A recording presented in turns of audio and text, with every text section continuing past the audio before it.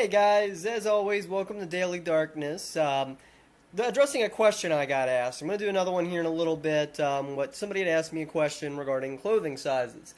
Here's the thing with clothing sizes when you're transgender.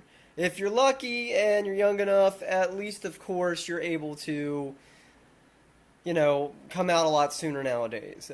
Keep in mind, a lot of people like myself weren't able to come out right away, things of that nature, which is kind of a pain. When you're younger, it's a little bit easier to transition now than, let's say, it was 20, 30 years ago, which is great because a lot more parents are understanding. Society is just a tad bit more understanding. Don't get me wrong, I'm not saying it's all crumpets and tea out there. It's not always easy, but it's a hell of a lot easier than it was.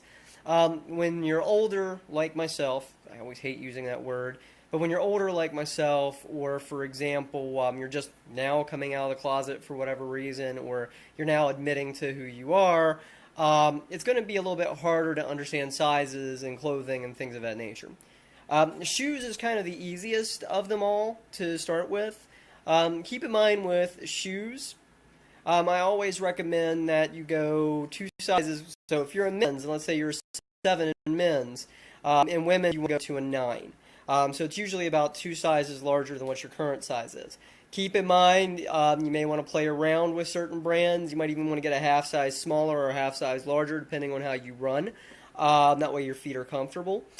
Best thing I can tell you is that you want to definitely have comfortable shoes. If you're a person who enjoys heels or is interested in heels, start out small. I know some of you guys see me walking around with killer crazy heels on, and like, how the hell can you do it? Honey, I started out small. I started out with, basic shoes that just had a little tiny kitten heel on it, and then just went up in size. And platform shoes, even though they're weird looking, trust me, they can really show off your legs, and they give you a better sense of, gravity or anything else that's out there. So don't be afraid of the platform look, because it can actually do wonders, especially if you're looking for that higher look, because you don't want to put too much strain on your feet. But again, when it comes to shoe sizes, go two sizes bigger than, the male sizes that are out there. So again, if you wear a male 7, go for a 9. Now, I know a lot of, people that are out there like me weren't blessed with small feet. I, had small feet to begin with. So granted, when I went over to start wearing women's shoes, yes, I'm wearing the larger sizes because I'm in a 9. And let's be frank, a lot of the larger sizes are hard to find, but that's why online shopping is a great thing. And this is why when it comes to clothing and everything else, don't try to guess your sizes. Keep in mind there's all kinds of sizes charts online, and what I recommend is you basically look up online how to do measurements. You'll need like a tape measurement, like one of those ones that you can roll up, not like, of course, the one that you use in construction that's got the metal shit in it, but one of the ones that are kind of plastic and flimsy, and you want to do your measurements as you normally would. Inseam, foot size, collar size, you want to do the whole 9 yards. And then you can go onto online charts for female sizing to see exactly where you fit in. Now keep in mind, sometimes your waist might be smaller than your chest area or vice versa. So you'll have to adjust accordingly. Maybe you'll need to find something to compensate your waist more than your chest or vice versa.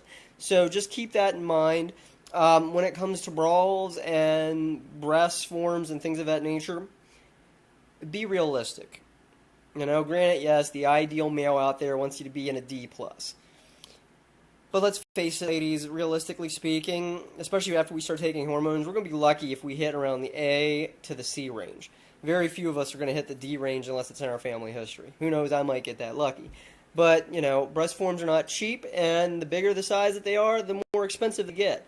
So I would stay modest. If you want something big, I would say stick with a C size to try it out. But you're going to be hefting that way. All right? But those are my tips on clothing. Again, good tape measure. Get your measurements. And for those of you just starting to come out, online shopping is going to be your heaven sent because they're sizing charts. You can line up your measurements, go, okay, I have X waist, I weigh X amount, and you can usually figure it out pretty well. In a lot of places, they have great customer service via the email. You can send them your measurements and say, hey, which size do you think would fit me best? You never know. That's why I love Frederick's at Hollywood, because you can email them, you can talk to them on the phone. They're decent and great people. Same way with Foreplay, if you're ever interested in any of their stuff.